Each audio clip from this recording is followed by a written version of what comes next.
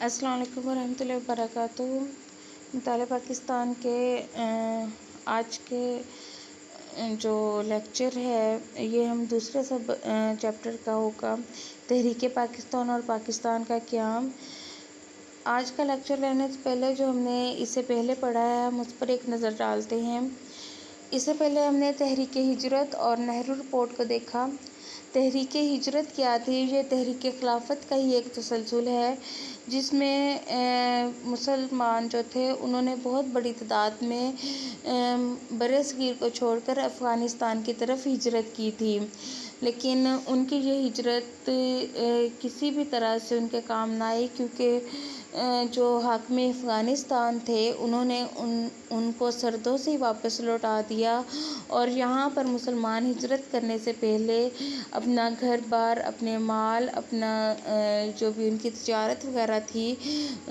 وہ سب بیچ کر افغانستان جانے کے لیے گئے تھے، اور جب وہ واپس یہاں پر آئے تو صرف اور صرف بربادی تھی ان کے لیے، اس کے علاوہ کچھ بھی نہیں تھا۔ تحریک ہجرت جو تھی یہ دراصل تحریک خلافت جو کہ اس وجہ سے چلائی گئی تھی کہ جب پہلی جنگ عظیم میں ترکی نے ساتھ دیا تھا جرمنی کا برطانیہ کے خلاف، تو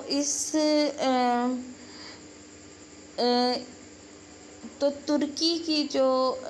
سلامتی تھی اس کے لیے برصغیر کے مسلمانوں نے تحریک خلافت چلائی تھی۔ یہ کیوں ضروری تھا کہ مسلمان جو ہیں وہ ترکی کی سلامتی چاہیں؟ تو یہ اس وجہ سے ضروری تھا کہ تب ترکی میں خلافت قائم تھی، اور آپ تمام لوگوں کے علم میں ہے کہ خلافت جو ہے یہ خلفائے راشدین سے ہوتی ہوئی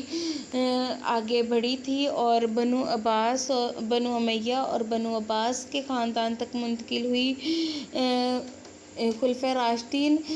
4 خلفاء ہیں، جن میں حضور اکرم صلی اللہ علیہ وسلم کے وصال کے بعد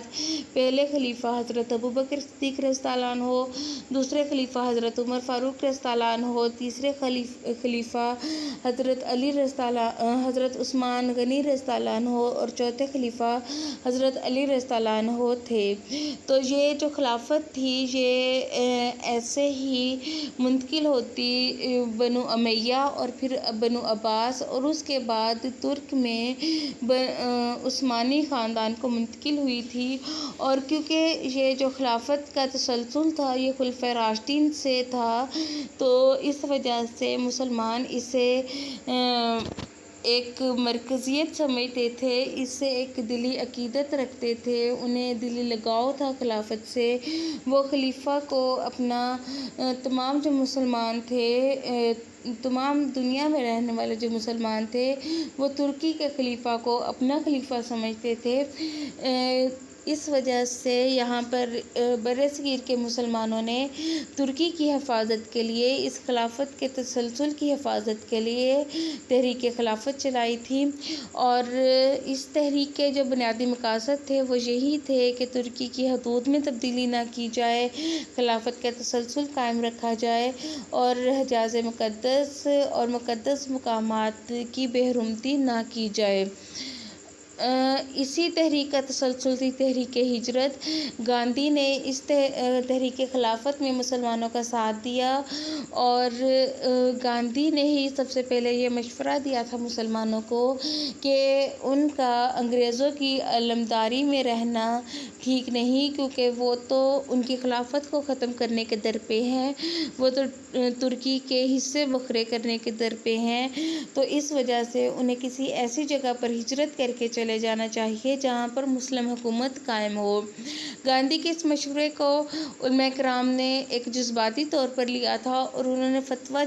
جاری کر دیا تھا، برصغیر کو دارالحرب کہہ دیا تھا، اور مسلمانوں سے کہا تھا کہ انہیں دارالاسلام ہجرت کر جانی چاہیے۔ اس وجہ سے مسلمان جو ہیں وہ اپنا گھر مال سب کچھ بیچ کے افغانستان کی طرف چلے گئے۔ یہ تاریخ میں واحد ایسی ہجرت ہے جو کہ صرف ایک جذباتی طور پر کی گئی تھی، جس کا کوئی بھی ایک بنیادی ڈھانچہ نہیں تھا، کوئی بھی ایک بنیادی سبب نہیں تھا، اور یہ صرف کچھ بیانوں پر عمل میں آئی تھی۔ تو اس وجہ سے اور لیکن جب افغانستان نے مسلمانوں کو اپنے ملک میں داخل نہ ہونے دیا اور یہ مسلمان برصغیر واپس آئے تو وہاں پر ان کے لیے کچھ بھی نہیں تھا۔ نہرو رپورٹ جو ہے یہ ایک ایسی رپورٹ تھی جو بنائی گئی تھی موتی لال نہرو کی طرف سے جب یہاں پر کرپس مشن آیا۔ اس نے برصغیر میں کچھ اصلاحات نافذ کی، کچھ تجاویز دی، تو اس مشن پر مسلم لیگ اور کانگریس دونوں نے ہی آواز اٹھائی تھی، احتجاج کیا تھا کہ ہمیں یہ اصلاحات منظور نہیں۔ تو ان کا یہ کہنا تھا، برطانوی حکومت کا یہ کہنا تھا کہ ٹھیک ہے، پھر آپ کچھ ایسی تجاویز دے دیں جن پر ہم یہ اصلاحات بنا سکیں، انہیں نافذ کر سکیں۔ تو اس جو نہرو رپورٹ تھی وہ اسی سلسلے کی کڑی تھی کہ موتی لال نہرو نے ایک رپورٹ تیار کی تھی، لیکن جب یہ رپورٹ منظر عام پر آئی تو اس کے جو اہم نکات تھے وہ یہی تھے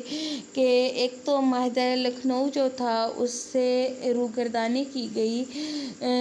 جداگانہ جو مسلمانوں کے انتخابات کے اصول تھے انہیں رد کر دیا گیا اور مسلمانوں کو ان کے بنیادی حقوق دینے سے انکار کر دیا گیا۔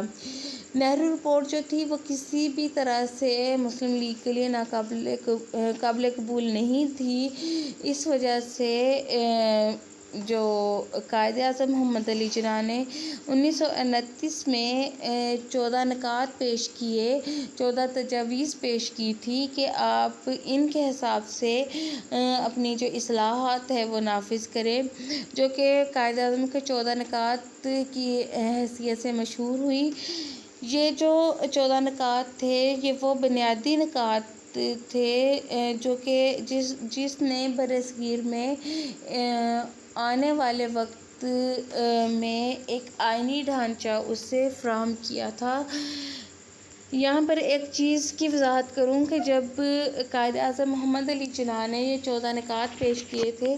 تو مسلم لیگ بالکل بھی ان نکات کو سامنے لانے کے حق میں نہیں تھی۔ یہ صرف قائد اعظم ہی تھے، انہی کی کوششیں تھیں جو کہ انہوں نے 14 نکات جو تھے وہ پیش کیے، حکومت تک پہنچائے اور پھر اصلاحات بھی اسی حساب سے نافذ کروائی تھیں۔ یہ 14 نکات کیا تھے؟ وفاقی طرز کا آئین ہوگا، یعنی آئندہ جو آئین بنے گا، جو اصلاحات نافذ کی جائیں گی وہ وفاقی طرز کا ہوگا جس میں وفاق کو زیادہ اہمیت دی جائے گی، لیکن اس میں صوبوں کو خود مختاری بھی دی جائے گی۔ صوبوں کو خود مختاری دینے کا ایک مطلب یہ بھی تھا کہ جو مسلم اکثریتی صوبے ہیں وہ ان صوبوں میں ویسے ہی اصلاحات نافذ کر سکیں جیسی وہ چاہتے ہیں اور وہ مسلمانوں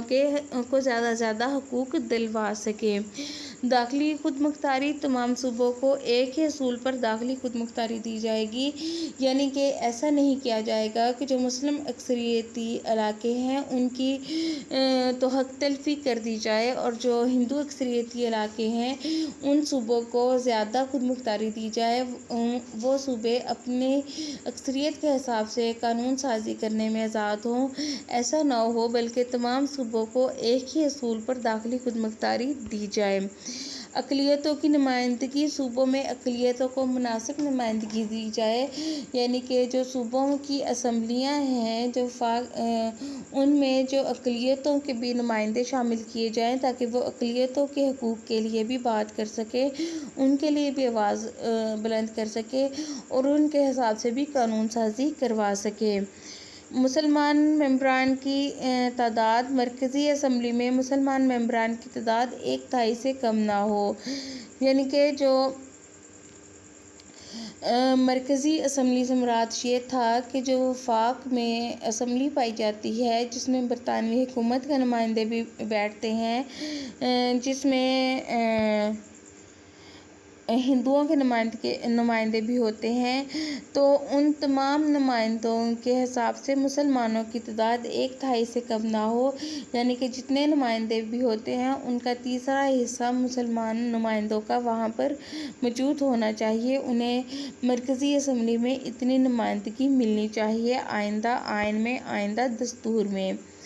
جداگانہ انتخابات کا اصول۔ جداگانہ انتخابات کا اصول ہر فرقہ پر لاگو ہونا چاہیے، البتہ اگر کوئی فرقہ چاہے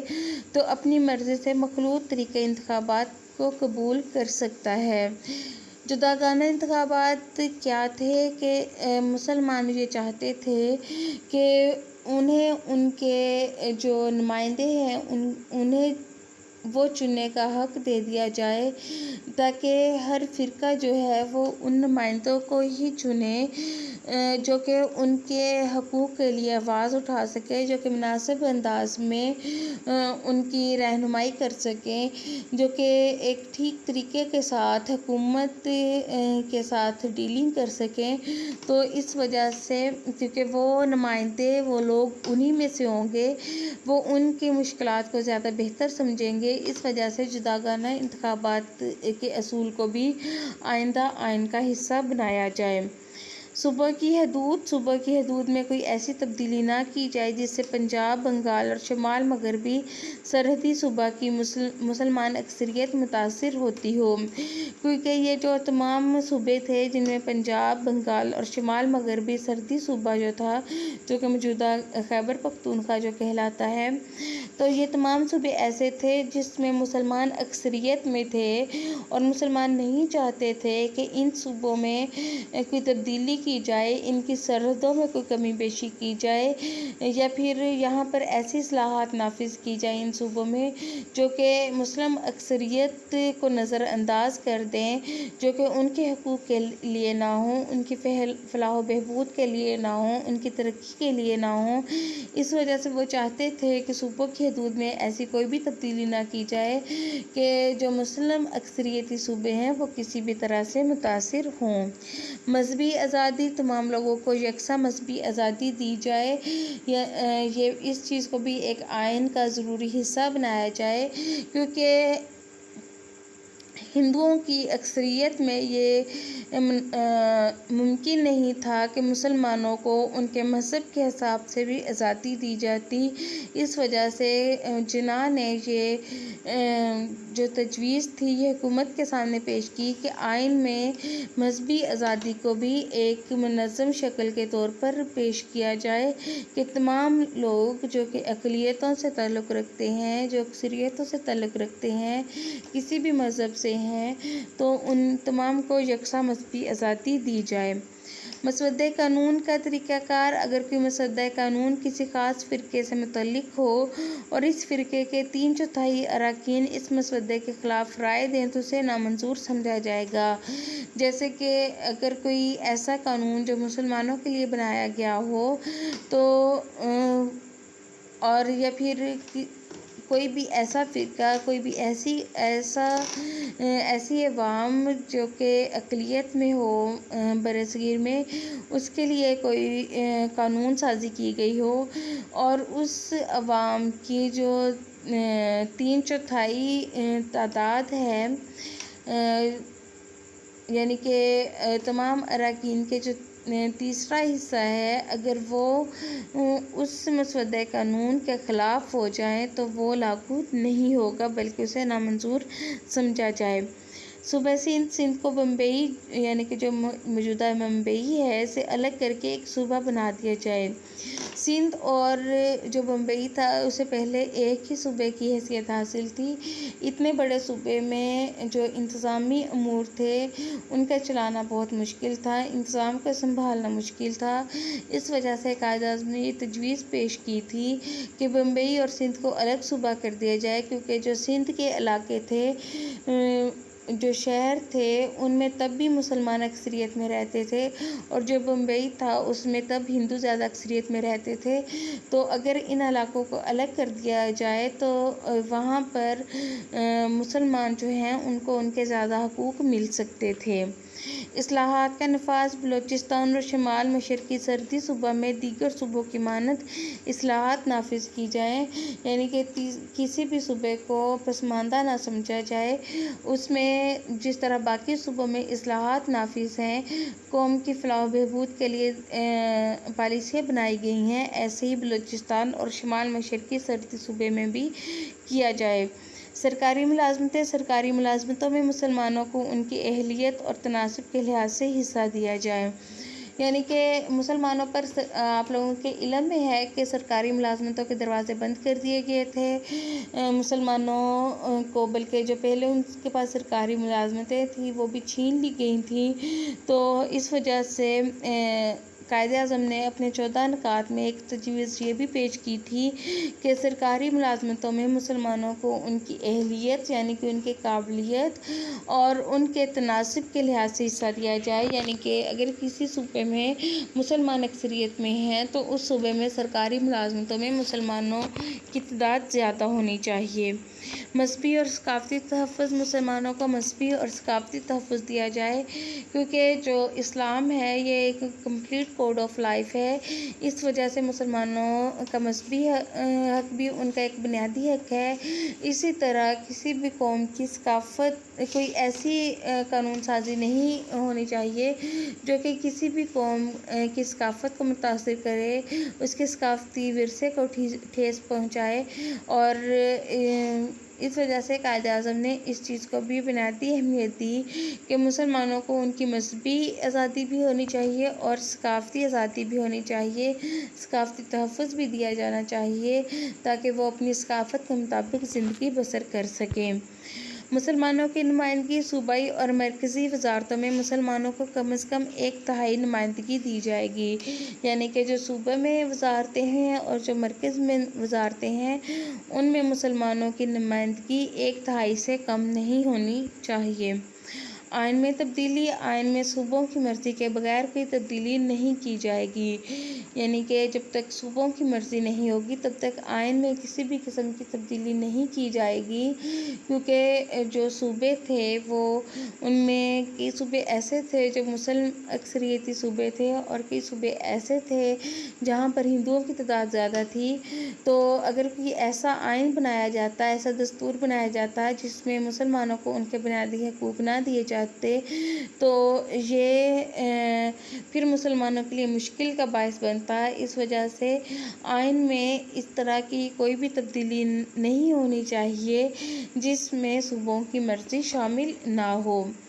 قائد اعظم محمد علی جناح کے یہ جو 14 نکات تھے، اگر ان کا تجزیہ کیا جائے تو یہ کہنا بے جا نہ ہوگا کہ جناح نے نہ صرف مسلمانوں کے سیاسی حقوق کی ترجمانی کی بلکہ ہندوستان میں دستوری اصلاحات کا بنیادی ڈھانچہ بھی مہیا کر دیا۔ یہی وہ اصلاحات تھیں جن پر آگے ہندوستان کا آئین بھی بنا۔